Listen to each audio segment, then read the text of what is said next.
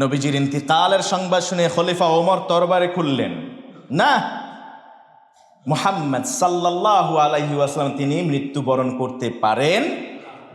তিনি মূসার মতো গিয়েছেন মহান রবের দিদারে। তিনি মূসা যেভাবে 30 দিনের কথা বলে 40 দিন পরে ঠিকই ফিরে আসছেন, রাহমাতুল আলামিনও সেভাবে তিনি ফিরে আসবেন। যদি কেউ বলে মুহাম্মদ সাল্লাল্লাহু আলাইহি ওয়াসাল্লাম মারা গেছেন, ইন্তেকাল করেছেন, আমি তার ধর থেকে গর্দান আলাদা করে দেব। মহান রব কোরআনের আয়াত নাজিল করলেন, ওয়ামা মুহাম্মাদুন ইল্লা রাসূল, সুবহানাল্লাহ, কদ খালাত মিন ক্বাবলিহির রাসূল। ওমর তুমি কি বলো, মুহাম্মদ রব নন?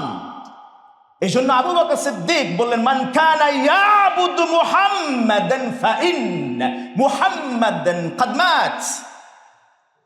কেউ যদি মুহাম্মাদের গোলাম হয়, সেজন্য ভালো করে জেনে নেয় মুহাম্মদ আল্লাহ নন, তিনি খালেক নন, তিনি মাখলুক, আল্লাহর সৃষ্টি। ক্বাদ মাত, তিনি মারা গেছেন, ইন্তেকাল করেছেন।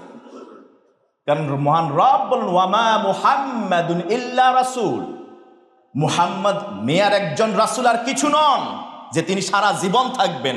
কাদ খালাত মিন ক্বাবলিহির রাসূল, তার পূর্বেও তো এরকম বহু রাসূলকে আমি পাঠিয়েছি, সবাই গত হয়ে গেছে। সেম জিনিস will be repeated in respect of Muhammad.